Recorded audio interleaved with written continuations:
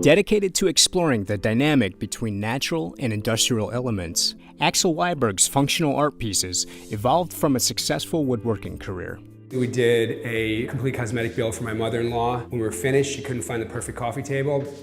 I said, "Marianne, please let me make this table. I've been waiting 7 years." So we made a table, and that's really where it started. A lot of the pieces are personal stories. It's like a three-dimensional journal for me. I'm just playing around. I love to learn new techniques. I like to work with new tools. I like to solve problems, and I welcome mistakes that I make and problems if there's not a certain material that I want, and it just leads to these incredible designs that I could never imagine making on paper. Working with steel came about because in my woodworking, I needed to make a fireplace grill.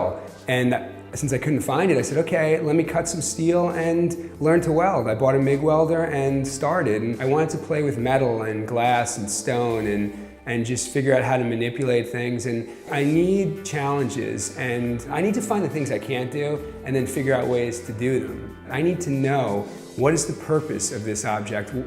How is someone going to use what I'm making? And that's important to me too, that people interact with my work. I want it to be part of any experience, you know. And with my woodworking, I always wanted the work that we do to be like a backdrop to a family's memories. I want to introduce artwork into everyday experiences. I just love that people will sit down, they'll put their drink on it and they'll talk, and it's just like my kids will be around. It's like just exposing them. Again, it goes back to the backdrop. I just want to expose people to design, but I also want them to read my stories and to see what it is that I'm trying to say. And the excitement for me is the creation and watching it develop. That's really what I love. And things sort of unfold. I feel like, if you keep your mind open, you're gonna find a better solution than your initial concept. That's why I need to build, I need to design. My design process is continuous throughout the build. I could never put something on paper and say, okay, I'm gonna build this. It would be boring to me, actually, too. I'm using my experiences, my emotions, my thoughts,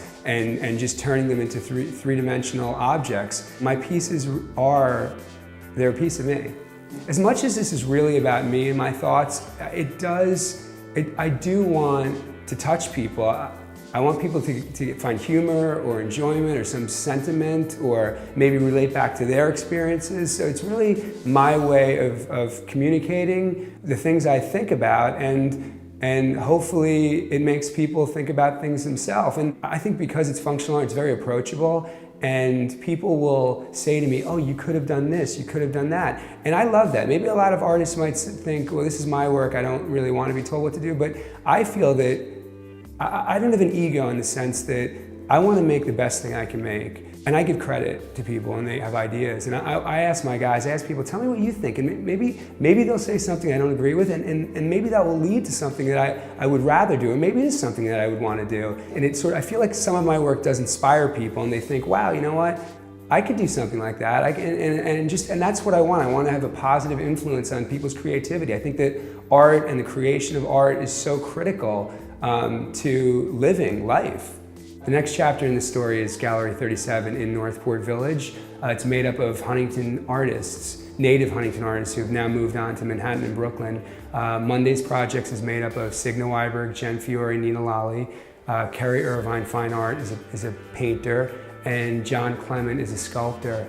And we're a team here in Northport. I dream really, really big.